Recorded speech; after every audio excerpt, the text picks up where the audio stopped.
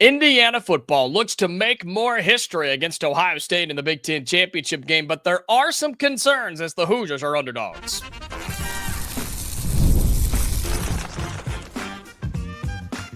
You are Locked On Hoosiers, your daily podcast on the Indiana Hoosiers. Part of the Locked On Podcast Network, your team every day. Welcome in. It is the Locked On Hoosiers podcast. I'm your man, Jacob Goins. I appreciate you being here, making this your first listen or your first watch every single day. We are part of the Locked On Podcast Network, which is your team every day and the #1 sports podcasting network. I've got my guy, Brian Smith of the Portal Podcast, part of our Locked On Podcast Network, where he talks about NIL, transfer portal, coaching changes as well, and how that impacts recruiting. We're going to get to that a little bit later in today's episode, plus the good and the bad about Indiana football. The Hoosiers are the #2 ranked team in the country, and they're playing in the Big Ten championship game. But Brian has a couple of concerns that we're going to talk about. But we'll talk about the matchup on its own, recruiting impacts for Indiana, all that on today's episode. But first of all, I want to tell you that it's brought to you by our friends at Game Time. Download the Game Time app, create an account, and use the code LOCKEDONCollege for $20 off your first purchase. Well, Brian, it's Indiana and it's Ohio State. We've talked about this for a month and a half, 2 months, that this was going to be the matchup. Took some drama down the stretch, but we got here. It's the Hoosiers and the Buckeyes for a Big Ten title coming up this weekend. This is finally the moment we find out if Indiana has taken that next step. And Jacob, I mean, it's a big one because Ohio State is the beast. It is the most dominant program in college football. I think they're on their own level until otherwise proven. Ask Michigan, as they just got smacked in their own building, and Ohio State didn't even play their A game. Yeah. So I would say Indiana has to come up with some new things schematically, maybe a few plays they haven't run. They're going to have to try some different things. The advantage I think they have playing in Indianapolis, playing in a situation where it's close to home, like they're going to be comfy. My only real question, and this, you take this however you want, can Indiana get off to that good start? They have to believe in their head from the outset. It can't be 7-0 after 3 minutes. Yeah. It can't be. If they do that, I think they got a chance. Like they've got to start fast. So we'll see. But I'm very curious about this game. It has so many layers to it. We saw fast starts against a couple of teams this year, right? The Illinois game is a perfect example where you jump on them from the rip, and there's no looking back. The Oregon game was a good example where Indiana was able to use a lot of its momentum and carry that into a 10-point win. All the other games against the mediocre opponents, the Michigan States, the UCLAs and things, those games are not the concern. But you go back to games this year like Penn State or against Iowa, right? Those games that were very close against some pretty good competition. And you also go back to last year's game against Ohio State where Indiana just didn't have a chance. Now, that one was in Columbus. This one's in Indianapolis on a neutral site. You mentioned being close to home. We expect there to be a lot of Indiana fans in downtown Indianapolis with a crossover of football and a basketball game going on in the same town. So it should be, you'll be there. There's a lot of people wearing the cream and crimson that are going to be hanging around Indianapolis. But Curt Cignetti even spoke to this already about how they were intimidated last year. They couldn't get over that factor. It was the big, bad Ohio State Buckeyes. But I think people should be talking about the big, bad Indiana Hoosiers. Brian, you're the second-ranked team in the country for a reason. Indiana probably isn't going to get respect, is my guess, until they beat somebody that has that label. It's got to be one. It's got to be a Georgia, a Texas, Ohio. They got to beat one of them straight up when that other team's got their quarterback, Jeremiah's healthy, and all that stuff. I think they got some of that after Oregon, though, don't you? They got some of it. Yeah. But I didn't think they got the bump that I expected. Okay. I don't know why that is, because winning at Autzen, like, by 10 points. Yeah, I know. And name one person that you think is picking Indiana in this game. Not many, not other than people that cover Indiana, and even half of those people probably won't pick the Hoosiers in this game. Well, I'm gonna pick Ohio State because I think they deserve that respect. Sure, but some people are thinking, this is going to be. I'm not buying it's going to be 24-3. I don't see that at all. And I think they've learned from last year, both the Ohio State and Notre Dame game, and they also changed their roster, got a little bigger, did some things they had to do. getting Coogan up front. They got a couple of defensive linemen that transferred, etc. They kind of figured some of that out. But now this game gives you a chance to prove that you made the right decisions. Personnel, when it gets to the very top, it's such a thin line on who's going to win. And look, nobody's guarding Jeremiah Smith, okay? There are going to be NFL guys that struggle mightily to guard him. Indiana's going to have some problems there, but so is the rest of the free world. But everywhere else, I think Indiana's got a chance to compete. And you're one play away. Like they need a pick six or they need a scoop and score. They need something like that, especially if they can get it early. Then that game's a pick 'em kind of situation.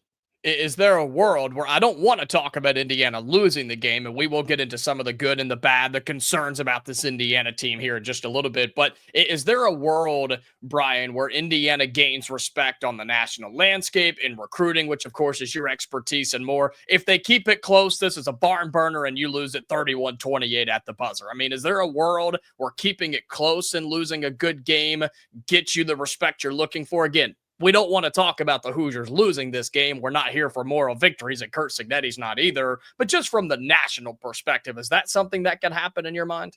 100%. How you look, the perception matters. And just for relevance, look at the playoff committee right now. Obviously not the most popular people in the world, depending on which fan base you are. Everybody's mad because everybody thinks their team's better than where they're ranked. That's just pretty much how this goes. To that end, the eye test matters with national media, what articles they write, what recruits think, what high school coaches think. Like in my realm, recruiting, the eye test is everything. So I think that it's a very big factor. How they perform, especially in the trenches, that was what was talked about last year when they struggled against Ohio State, and especially in the second half of that game. They weren't the same as Ohio State, but neither was really anybody else. I mean, Notre Dame and Texas had their moments they didn't do so well against them. So I get it, but can you take that next step up? People want to know, have you improved? And again, if they lose by 3 or something, I think that would be a huge momentum builder. If you win, I don't even know how I could calculate it, but it would be massive. Yeah, I mean, Indiana's already seeing the recruiting bumps from being an undefeated team, handling their business down the stretch. I mean, representing in the Big Ten championship game and possibly being a top 4 seed in the college football playoff. I mean, the recruiting momentum you're going to get from that in itself is incredible. But then if you take down the Ohio State Buckeyes in the Big Ten championship game, and your first appearance to get your first win would be pretty remarkable. Our friends at FanDuel, as of Monday, right, Sunday night, Monday morning, have the Buckeyes favored at 5.5 points. Does that seem about right to you? Seems about right to me. A little low, to be quite honest with you. I thought it would be right around a touchdown, and I'm sure it will move a ton between now and Saturday night in downtown Indianapolis, but Buckeyes favored by about 5.5. Does that seem right to you? I'm not surprised at where it opened. I'm curious to see where it closes. Yeah. I figured a touchdown to 8 points is where it would close. I mean, it could go down. I heard one person think that it should be about a 3-point game. And I'm like, okay, that was interesting. Somebody that knows more about gambling than I do, but I think Ohio State, I would rather them be happy with the line. I don't want it going the other way, to be honest. I don't want Jeremiah motivated. So. No, they don't need any more motivation for the best team in the country. But Indiana's right there, and it doesn't get any better. The number 1 and number 2 downtown Indianapolis for the Big Ten championship game. And while we're excited for this and think that Indiana has a good chance to pull off the upset, maybe some concerns that Indiana needs to kind of fix, clean up before they take on the Ohio State Buckeyes. We'll talk about that coming up next here on this episode of Locked On Hoosiers with our man Brian Smith of the Portal Podcast. Today's episode of Locked On Hoosiers with the Portal Podcast is brought to you by our friends at Game Time, where right now is the time to be a part of Game Time. The World Cup is coming back to North America for the first time since 1994. With 48 teams in it for the first time ever, it's going to be massive. But let's be honest, getting tickets is usually the hardest part of an event like this. That's why the Game Time app is clutch, finally giving fans a real advantage when it comes to snagging seats. With Game Time, you can track price drops in real time, get alerts when great seats open, and buy tickets the moment they hit the app. It puts the power back in your hands and makes going to the World Cup realistic instead of impossible. Heck, our man Brian bought tickets to the Indiana basketball game this weekend in Indianapolis against Louisville using the Game Time app, one of the hottest tickets in the town. He used Game Time to get him there. So take the guesswork out of buying World Cup tickets and all your other tickets with Game Time. Download the Game Time app create an account, and use the code LOCKEDONCollege for $20 off your first purchase. Terms apply. Again, download the app, make an account, and use the code LOCKEDONCollege for $20 off. Swipe, tap, ticket, go. Download Game Time today.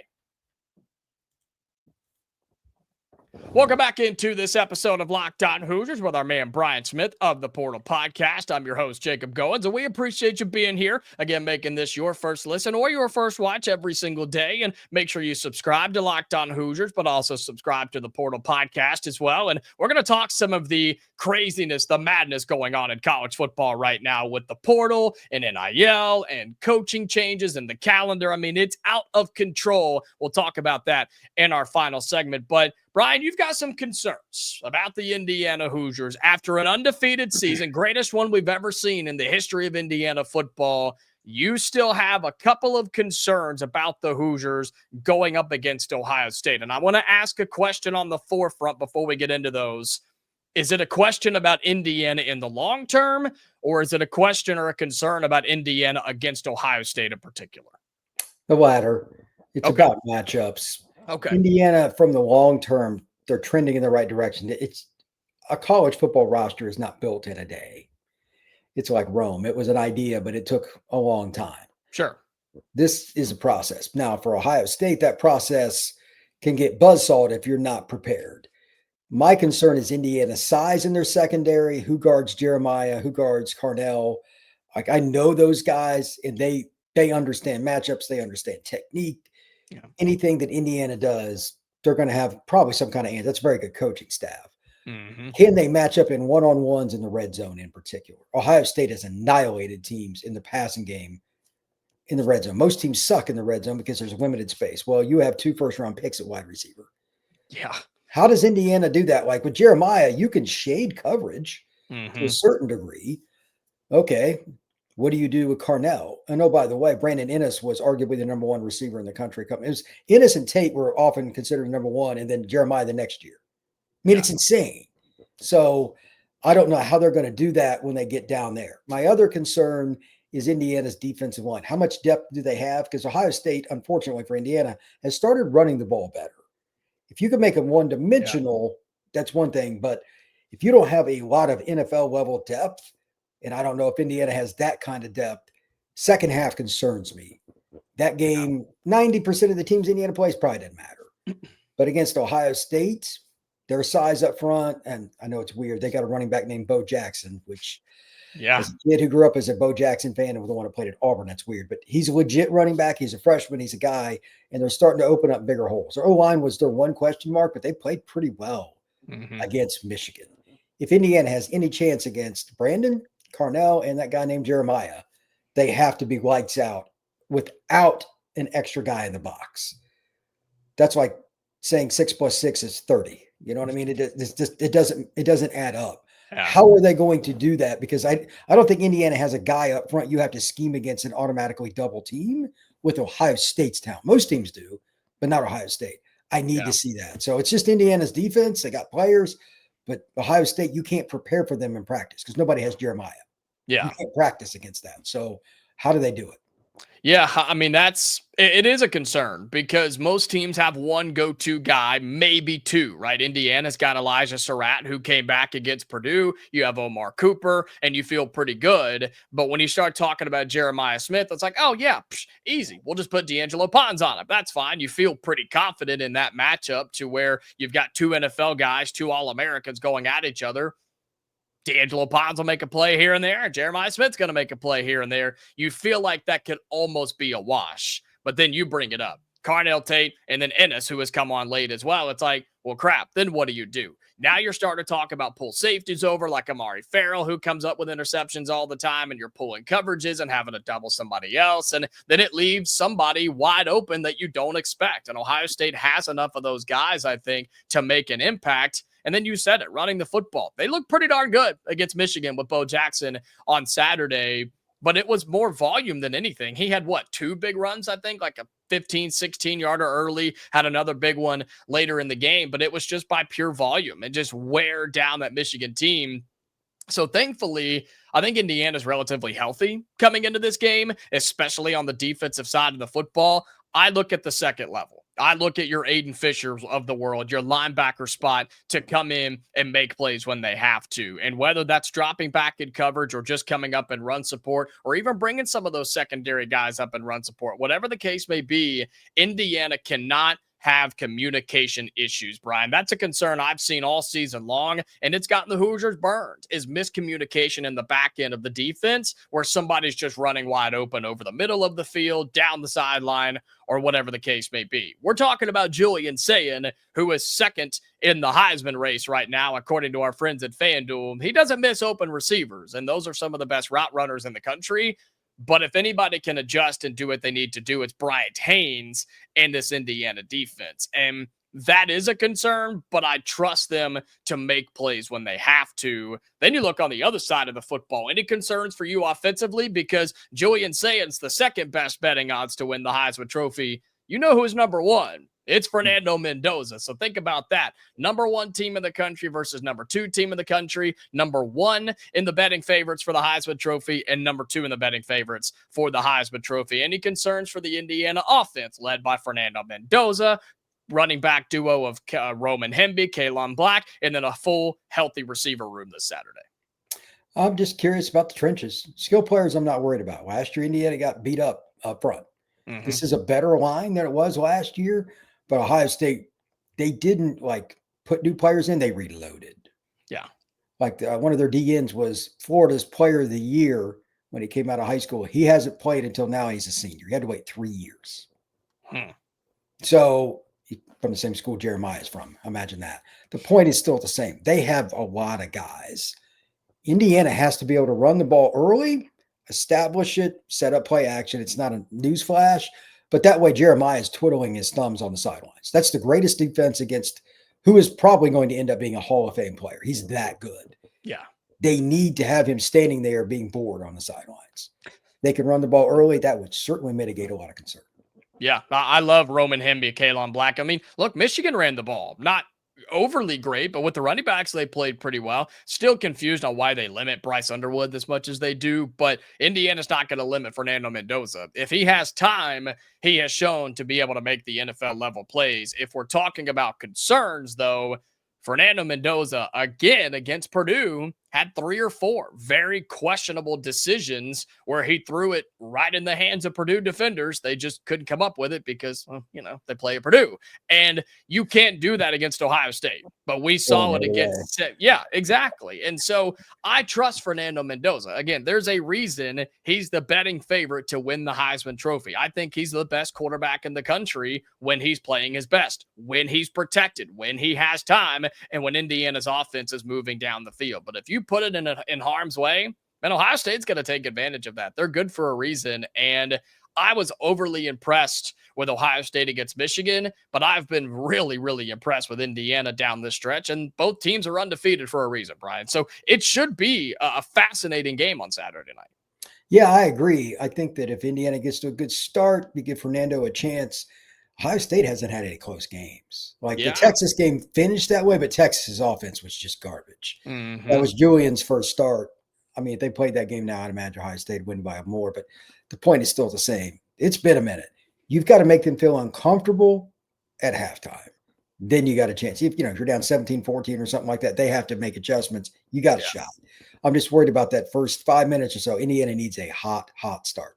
Yeah, the only game other than Michigan that I can think of recently for Ohio State that was close at halftime was the Penn State game, right? Where the Nittany Lions got a turnover. They scored late, had them on the ropes, and then Ohio State believed they shut them out in the second half. So Indiana's got work to do, but they've got the team to be able to take down the Buckeyes in the Big Ten championship game. We're going to talk a lot more about that leading up to Saturday night in downtown Indianapolis. But we have another segment to go, and we're going to zoom out a little bit and just look at college football as a whole, because chaos ensued over the weekend with coaching changes and rivalry weekend, transfer portal, calendars broken, and our man Brian's going to help us break it all down when we come back on our final segment coming up next. This episode of Locked On Hoosiers, in conjunction with the Portal Podcast, is brought to you by Omaha Steaks. The holidays always feel a little easier when you already know the perfect gift. And Omaha Steaks makes it almost too simple. Whether you're treating yourself this season or sending something memorable to family and friends, Omaha Steaks delivers handcrafted perfection right to their door. And this week is the best time to jump in because their cyber sale is here and the deals are huge. If you want to give something to your dad or your granddad or even just somebody on the family, look, maybe you've got a spouse, then you don't know what to get that certain somebody on their side of the family. Omaha Steaks is the way to go. Get them a great deal, get them a great steak, and they'll remember it forever. Save big on unforgettable gifts with Omaha Steaks. Visit omahasteaks.com for 50% off site-wide and an extra 20% off select favorites during their cyber sale. And for an additional $35 off, use promo code COLLEGE at checkout. That's omahasteaks.com. Promo code COLLEGE. Terms apply. See their site for full details. All right, final segment here on today's show. We got our man Brian Smith of the Portal Podcast. I'm Jacob Goins of Locked On Hoosiers. And man, madness is going on right now in college football, Brian, with coaching changes more than we've ever seen. Guys leaving to go separate places. The portal is now open, or I guess players are announcing they're going to the portal. I can't keep up when it actually opens. And then NIL money being thrown around like crazy. I mean, what do you feel the biggest storyline is coming out of rivalry weekend across college football? Fans are fanatics, and yes, I'm trying to make fun of that word. Fan is short for fanatic. The expectations from fans is bonkers. If you need entertainment, although unrealistic, just scroll X, type in a head coach. I saw a guy that just shredded Lane Kiffin for going to LSU, saying he was always a liar. He never I'm like, bro, he was there 6 years. Yeah. College football terms, that's a lifetime. Yeah. And no offense to Ole Miss, LSU's a different animal for what it's capable of. That's just reality. So I'm just baffled by some of the stupidity. That's part of it. But also the money. Like, we're seeing all these schools struggle to get rid of coaches. I cover Florida State. The only reason Mike Norvell's there is their contract, beginning and end of conversation. And it's the same thing at some other schools too, Wisconsin, etc.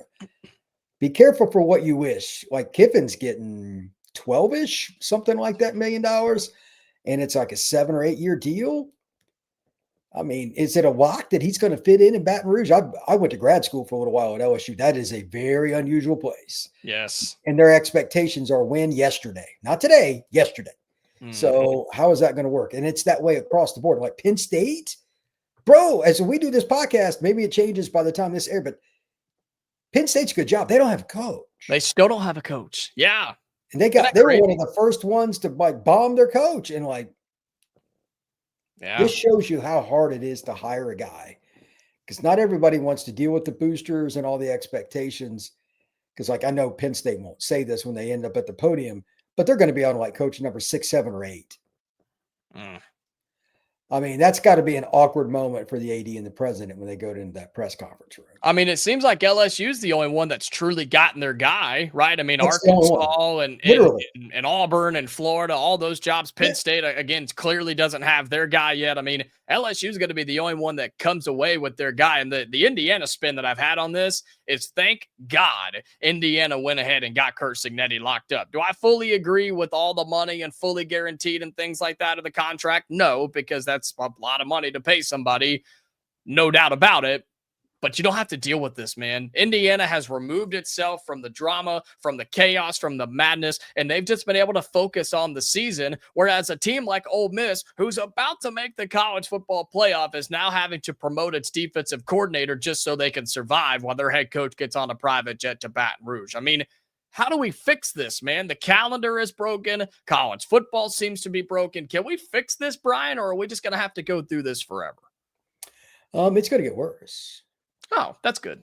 If you think it's bad now, wait till next year, the year after. A few of the hires that have been made in the last 48 hours, and maybe the one at Penn State again, as we do this podcast, we don't know who they're going to get.